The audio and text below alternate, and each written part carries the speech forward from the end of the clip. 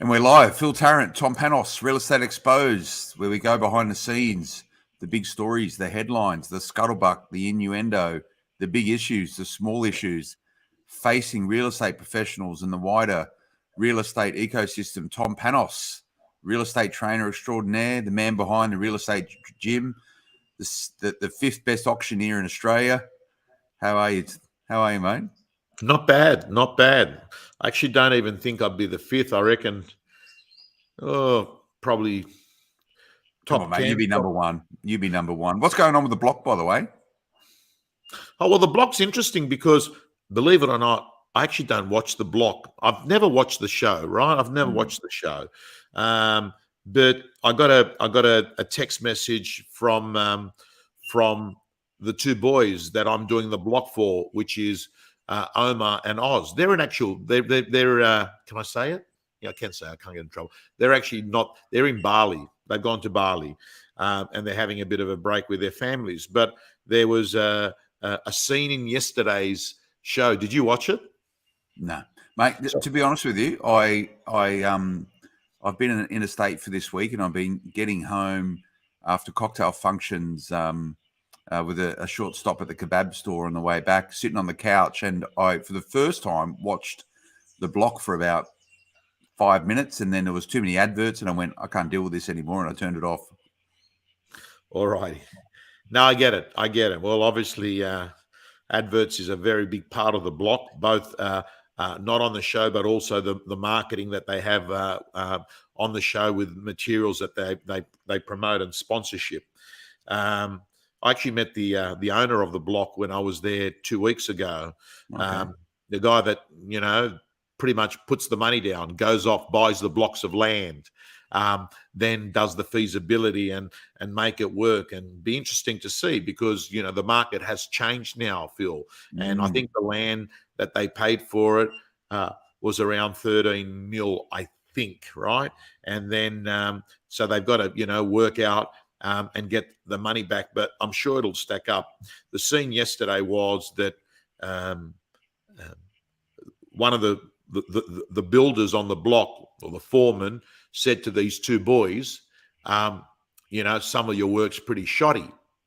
And they took it upon themselves. And there was I think one of the boys suggested that the guy was being, I think he used the words, you're picking on us because we're Lebanese boys, Muslim boys, right? And it was fascinating TV just watching it, because, and that's what the block does really well. It creates stories, you know what I mean? It's not just a renovation. It creates stories of each contestant. It was quite fascinating. It was really interesting watching this guy handle their objections in what they were saying, and I thought he did it. I thought he did it really well. I'm biased, Phil. I've gone to the block. I'm biased. I haven't seen the other properties, but I actually think they've got a very good chance of winning it. And the main reason is that if you can just picture, Phil, like you're at a country retreat at the moment. So these are country rural properties, but the one that they've got is they've got uninterrupted views with no one near them. And this matters to people when they buy a country property, because that's one of the attractions, is that, they feel like they've got all this land and that no one can look into them, and they've got space and it's their getaway. You can relate to that, can't you? I mean, because absolutely. I get that. And that's going to be a key differentiator when it comes to auction day. When is auction day, Tom? 5th of November. 5th of November. Yeah. What's the look? I've seen the block only very briefly on TV, but I know they've deviated away from the traditional sort of inner city type stuff, and they've got 5 rural properties. I think they're all set on about 10 acres of land. I was actually reading a piece, and this is the interesting thing with rural retreats. COVID being an enabler for supporting change, and the area where the block is, it's about an hour and a bit out of Melbourne, from what I understand. And there's a lot of places like that in and around Sydney as well. And prices in those areas continue to rise and accelerate and buck the market trends. We're going to have a chat about, are we at the bottom of the market today? But a lot of these rural getaway for city people have continued to grow in price value over this sort of more lackluster growth period we've been seeing in real estate. But Tom, the report I saw said that the reserves, or what the expectation around what these properties will go for on the block for this season, is more than 4 times the median prices in those particular areas. So people, if they're buying those properties, will be buying absolutely at suburb records at the top of the at the top of the price point currently in those areas. But that's going to reset completely the price points in those particular areas. So those people that hold property there now are probably going to see considerable uplift in their median price values and perceptions towards the value of the properties that are currently there. It's interesting how this works out, right? Yeah, no, you're right. I was shocked because they're talking around 4.5 million, roughly. That's what these properties are going to go for. Thereabouts, could go for more. And you are right. That is significantly more than Gisborne is the place that they're being held. If you go on to realestate.com, you can have a look. There's hardly any properties that are at that price point. They're significantly lower. But this is one of the things that really benefits an area.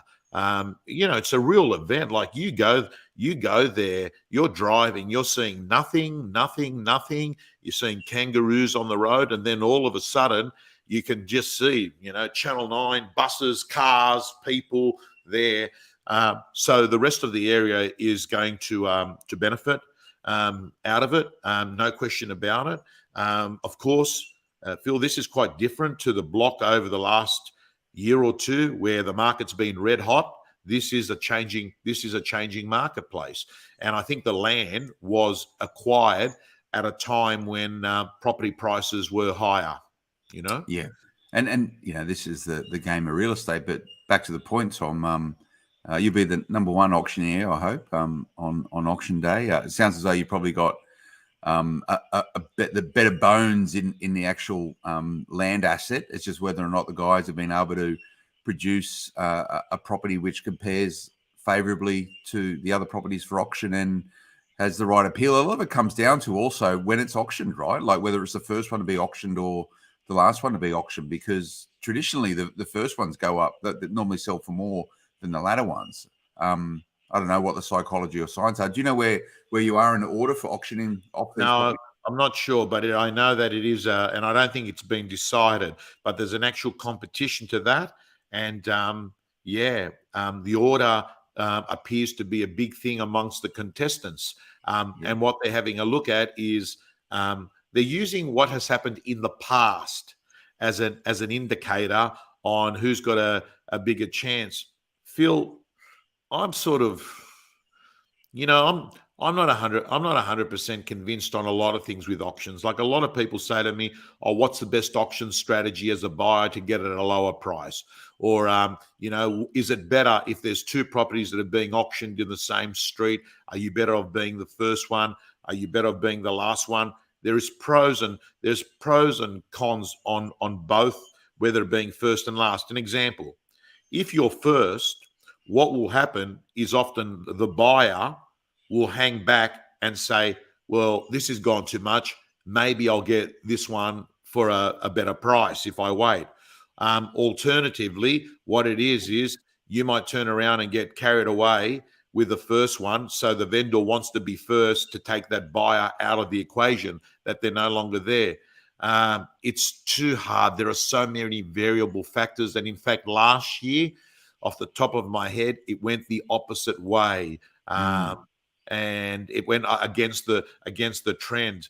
Have they got you locked up pretty watertight in some sort of confidentiality agreement? What is there a whole bunch of stuff you can't talk about when it comes to the block, or you pretty much, you go in on auction day and do the best you can? Look, I think with most auctioneers, I think they're a little bit firmer with me. And the reason why is I think they know I've got a bigger audience, and so they have told me, please be careful. We don't want these photos being shown. When I was there, I've been there 2 times, and they said, we don't want these photos shown. These haven't been revealed as yet. We know you've got a big social media following. We want to be showing these. So there is a bit of that. On the day last year, they would feel they're super strict with video and phones. And of course, what a lot of people don't know, and I'm happy to share it, is that there is a delay between the auction and the result. And of course, there's paperwork signed there that you're not allowed to disclose, because Sunday night, well, you know what it's like, Phil. Commercials. You said it. They want to make sure that those people on the grand final night of the block are going to get lots of eyeballs, and lots of eyeballs means that don't spoil it before that. So there's spoiler and look, alert. and giving adverts a hard time. I think advertising is really important. We're all big consumers, and I make a lot of my buying decisions from the adverts that I see, and it sort of puts new ideas there. But look, the fact that the block has been going for, it's got to be over a decade now. It's a show that really appeals to Australians. I think it really highlights the love affair most Australians have with property. Most Australians are dreamers when it comes to property, so they can sit there and, think about what they would do with their own home. And I think the block is a great enabler for supporting those changes. It's great for the product providers to show some of the great new products in terms of building material available, ways of building, which is a lot more modular, tech-driven, and you can move with speed. And I think a lot of people get a lot of great ideas out of it. Tom, I look forward to seeing you auctioneering, and mate, you got my vote as number 1 auctioneer in Australia. But let's see how we get on, Tom. Now, a couple of things, mate. I understand you've just been off the phone with my team at REB, chatting through the Reinnovate Summit, which is down in Melbourne in November. So we held this event in Sydney. You spoke at it. We're bringing it to Melbourne later this year. Tom, it's around technology. You're going to be talking mainly around the execution of smart tech. Tech's only as good as how you use it. And you could probably talk me through your attitude towards whether or not agents are good at using tech. I think a lot of them have a love affair with the next bit of tech, but they don't use it very well. You're going to drill down into this. Is that the brief with the team that you've just had? Yeah. So that event's on the 25th of October, and it's in Melbourne. So just hit up REB if you want to attend that event. So I think, firstly, I applaud you, because there does need to be an event that's got a tech flavor to it, that's training and education. And the reason I say it is that a lot of the industry can really get sucked in to these digital companies that are coming out with products. And often the sales spiel is a lot bigger than the implementation spiel. And I often find that a lot of real estate clients feel actually have got an appetite for technology, except what they do is they go off, they buy it, they're paying the subscription fees, and you'll find that in terms of execution and implementation of it, it is very low. Sometimes somewhere between 0 and 10% on what it's capable of doing. And often what it means is that it's a short-lived relationship. People will stick with it for 6 to 12 months. Then they'll say, oh, man, it's too glitchy, doesn't work. So, I can't help it, Phil. The real estate agents that I see that are cutting it, that are smashing it, that are dominating it in a world post-COVID are the high-tech, high-touch agents, real estate agents that are using tech to not substitute them, to complement them and give them scale. And there's a lot of different parts of tech that are really good. If you've got a really good text messaging system, if you understand how to use artificial intelligence to allow you to have more targeted, intelligent prospecting, if you're able to actually use a lot of the social media products in an intelligent way that helps you retarget the right people, not having a shoot and pray strategy, you can actually devastate and dominate and be a digital dominator in your marketplace. But I'm not seeing enough of it. There is definitely a few clients across the country that have got this first move advantage and they're running with it. But the opportunity is, technology gives you scale. Technology gives you immediacy. Technology allows you to actually do more work with less labor. Yeah, it's how you use technology. And we see it in our business, and everyone I speak to, they get frustrated with technology. Integrating new tech is hard. It takes time to do it properly, but the upside is huge. So thanks for joining Reinnovate in Melbourne, Tom, because you're one of the best out there in helping agents actually working out what tech you need and how to use it as an enabler to drive business growth and business effectiveness. And that's very much the focus from that. So that's on in October. You go to realestatebusiness.com.au, just or Google REB Reinnovate, and you can find it out. Now, Tom, a story on REB, I think it was yesterday. You might have some insights into it, because I saw it come through my social media feed when I was scrolling at the airport a little bit earlier today. McGrath has taken a investment inside of one of its own high-performing franchises up on the Central Coast. 30%, I believe. I think it's in Matt Steinway's business, and I believe you know him pretty well. This is a new strategy for McGrath to have sort of company-owned skin in the game in high-performing franchise outfits. What do you know about this? Look, and it's funny you brought it up, because I was just doing work in another business that I got with McGrath today, and so I was with him, and I was meaning to ask, because I wasn't aware of it until I actually read it in REB yesterday. And I haven't spoken to Matt about it. Matt Steinway is one of the owners of those offices there on the Central Coast. But I'm just going to come up with my own conclusion, Phil, and that is John is very good at knowing when there is an upside opportunity. And I think he's got a lot of respect for Jamie and Matt, who are the two owners of that business. And he would have seen that he can actually add value to that being there.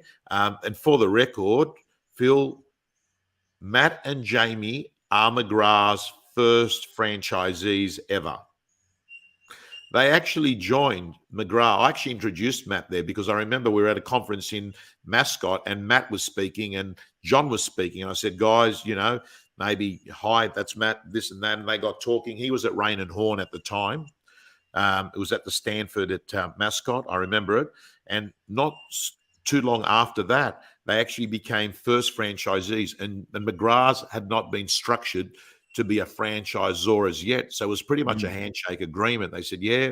And Matt and Jamie, they were smart enough to know that the Central Coast had a big correlation with Sydney, eastern suburbs and the North Shore. So they saw the value in it. And I think that John McGrath sees the value of the connection between Sydney and the Central Coast. And that would be the reason that he's made the investment.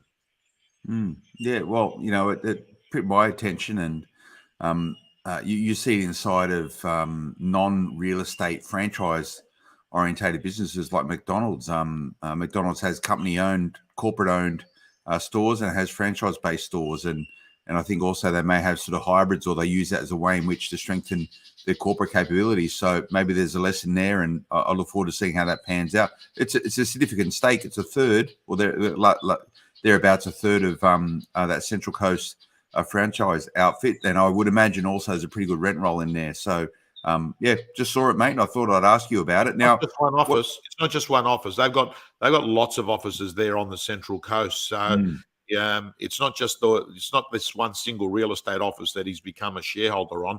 I would actually call it. It's a region. He's become a shareholder in a region of New South Wales. John, talking about McGrath's, John's got a view, and I hold the same view. And Mark Burris, who I was doing a video with today, made reference to it. And that is, look, there is a feeling that if it's not the bottom of the market, it's close to it. And Mark Burris doesn't feel, he said to me, in all of his loan card, they have not got one distress sale.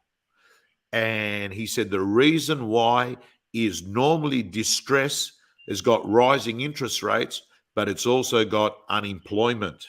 And man, if people, Mark made a very good point, which is if people are struggling with repayments, which he sees no signs of, but he said, let's assume they're coming off fixed rates of 2% and going on to 4 or 5%. So they get impacted as they come off their 2 or 3 year fixed contract that they had. He said people just go off and work a second job and make the difference now. There is lots of work. There is no sign of distress selling at all. And the clearance rate has been over 60% in Sydney for 5 weeks in a row. My own auction numbers are close to 70% at the moment. There's this acceptance from buyers and sellers that this is the market. People, people already had factored in a 0.5% increase in October, and it ended up being less than that. People already factored in a 0.5% increase in November, and that may or may not eventuate. But it's not surprising stuff anymore, Phil. People have factored it in. And low unemployment means that people still feel okay. Yeah, it's absolutely sentiment driven, but that's a good thing also. I'd probably add to that very considered commentary, and I do agree with you and those other commentators. Family balance sheets, Tom, are still very strong. People are further ahead of their mortgages than in any time in history, largely. People are able to weather these, for some of them would be seismic changes to the cash flow of the family budget, but there's no distress selling, and that's what's sustaining the market. Now, Tom, let's call it. Is it the bottom of the market? Let's you call it. I'm just the guy asking the questions. Probably it's got a little bit more to go, but close.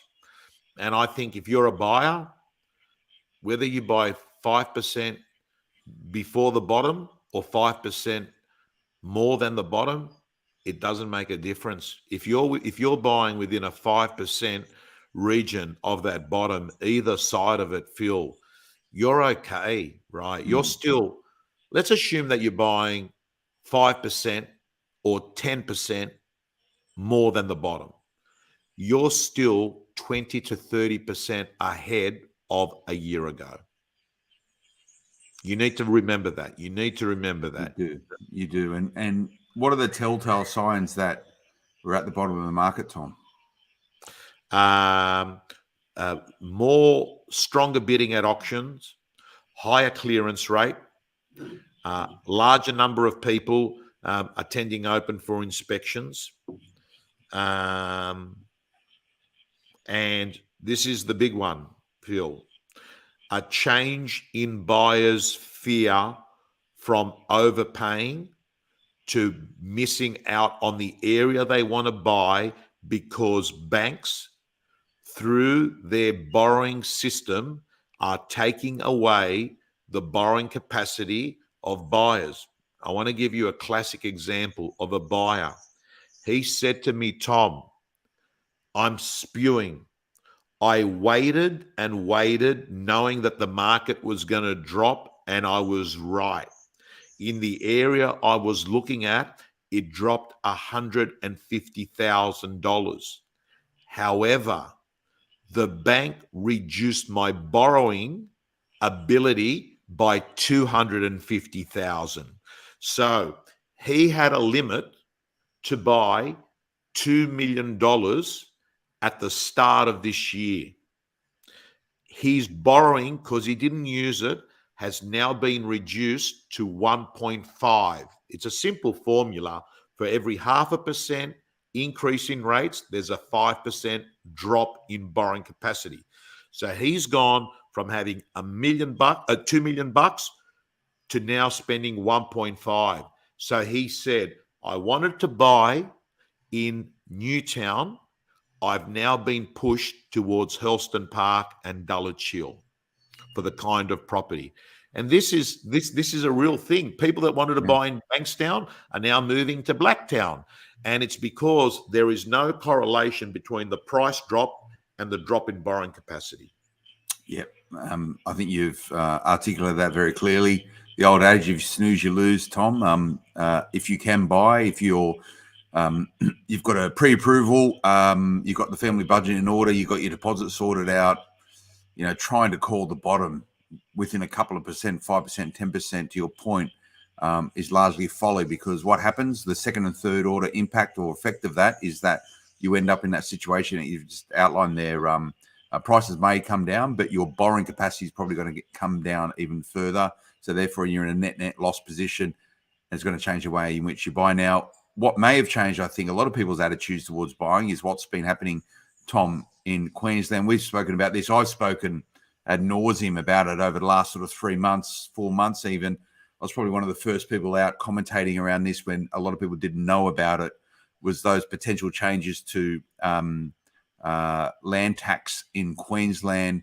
The idea being that if you owned property in Queensland that wasn't owner-occupied property, the Queensland government were going to tax you not only on the land you held in Queensland, but also all the property that you held in other parts of Australia. We've spoken about it. Thankfully and fortunately, we found out last Friday that that decision has been overturned. The Queensland government won't be implementing that particular tax, and largely the reason for it was, thankfully, common sense has prevailed, but it's because the other states, specifically New South Wales government, the Premier said, "What are you doing? No, you can't go about doing this. If it starts here, where's it going to stop? We're not participating. We're not going to sit by idly and let you implement this tax and impact Sydney or New South Wales investors." So fortune has favoured the property investor, Tom, and now I think already markets in Queensland are potentially, interest is changing from investors who may have been concerned about those changes and listing their properties up for sale. I must admit, I spoke with a number of agents around divesting assets that I hold in Queensland as investment properties. I won't be doing that now, but I had a real good look at it, and I was probably going to go down the pathway of decreasing the amount of assets I had in Queensland as a result of that tax. So this will change things for Queensland, and it's probably very good news for property investors. It's probably also very good news for tenants as well, because they would have been the key impacted factor in terms of rising rents for them, particularly in an environment of sort of growing inflation. So, Tom, common sense has prevailed. Yeah, and it's quite interesting that during the same period that New South Wales is trying to look at, making it better and taking away some of the friction and taxes and duties for property people in New South Wales, that Queensland was going to do the exact opposite. And essentially what it would have done is it would have deterred people. And I know a lot of people, you're obviously one of those people, actually, when they're buying multiple properties, when they're buying their second or third investment, once they go past that threshold, they're looking at reducing the land tax that they've got to pay. And Queensland has been an area, so has Victoria, an area to spend, but Queensland's been a very attractive proposition, and that would have been devastating, I think, for the investors in Queensland and also for the real estate industry. So, I think Paraquet was very vocal about it. He was talking about not being able. I think I read he wasn't going to make the property information of the New South Wales residents available. Well, the idea was that the investor had to disclose their other land holdings, and he was like, "Well, we're not going to do it." Yeah. I think everyone wins. It was absolutely just a gouge, just a tax grab. And look, if Queensland can't balance their books, there's some other ways they could probably work it out rather than imposing tax reform, which would have significant second, third, fourth order impacts on that economy. So we'll see how that plays out, Tom, but that's good news. I was happy to hear that, and no doubt it was a breath of relief for a lot of property investors out there who were talking to their accountants, getting a sense of what that bill was going to be for them. And I know a lot of property investors, it was going to be tens and tens and tens of thousands of dollars. So that's money in their back pocket. It's not a bad thing, mate. Phil, let's finish on this. And I mean, I just really think right now, if anyone's watching or listening to this, whether they're using the podcast or getting the live stream, I think if you are a buyer now, Phil, and you've waited and waited, now is probably October, November, December, maybe January and February. It's coming to the end, particularly if you're in Sydney and Melbourne. It's coming to the end of about a year of price alignments. And if you've held back, now's probably the time to say to yourself, okay, I'm now running into the risky ground where I can wake up one day and there's a mood, sentiment, and swing. Yes, there is a possibility it's going to drop another 5-10%. Not saying that. It may not sure. But what I am saying, Phil, is that I think right now is probably 6 months for people to go in and get something before things resume and there's more confidence in the market. I really, really, really believe that. And I think it's being witnessed now. I see it happening at auctions in the last 3 or 4 weeks. I think never underestimate the power of the public. They are the people. They can smell markets. They can see sentiment. Never underestimate them. And I got to tell you, I'm feeling really positive at the moment about real estate. And probably the main reason is the employment issue. Yeah. That's the main reason, Phil. That gives a sense of the rude health of the Australian economy, irrespective of the challenges, supply chain constraints, labour shortages. The unemployment rate is positive, and every single Australian that wants to work and wants to contribute and wants to participate has a job, mate. And it's not like that everywhere. So no, we were walking through Byron Bay last week. I was there with one of my daughters. My daughter goes, walk this way. I hope the boss doesn't see me. And I go, what's that? She goes, they're always short-staffed here. He'll say, since you're here in Byron for 3-4 days, can you come out and help? I mean, there are jobs like right now. I mean, like employers are prospecting for staff, like left, right, and centre. And that is quite different. That is quite different, Phil, to when we've had price corrections and tough times in real estate like the GFC, where you've got unemployment as an issue.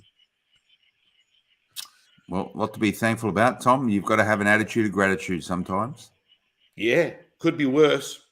I reckon there'd be very, very few people that couldn't agree with the term, it could be worse. Like, don't get me wrong, there's a small group of people that probably right now it's pretty bad, right? But that's a really small percentage, It could be worse. Anyway, Phil, listen, enjoy. You've been on the road. You're back. We've got a pretty straight run now till Christmas. There's no holidays, no school holidays, no public holidays. We've got a straight run right till Christmas now. It's good. I look forward to it, Tom, and whether they'll get more spring into the spring selling season. We can talk about that next week. I made my predictions in winter around a pretty slow spring selling season. I think I've probably got it right thus far. It may change moving forward. That was not we. That was you. You actually said it. I remember it was 2 weeks before spring. You said, "Is this the spring that we're not going to have?" And it's actually it's transpired that way. It's transpired that way. Yeah, it's good, mate. But I do enjoy catching up. And look, we're recording at a different time today. Thanks for being flexible, Tom. I'm not too sure how and when people would like us to get together, whether it normally works at a 12:30, 1 o'clock on a Thursday or a little bit later in the day. We can be flexible. If there's any feedback on that, please send it through to Tom. This is Real Estate Exposed. Phil Tarrant, Tom Panos. We'll see you again next time. Until then, bye-bye. See you later, viewers. See you later, Phil.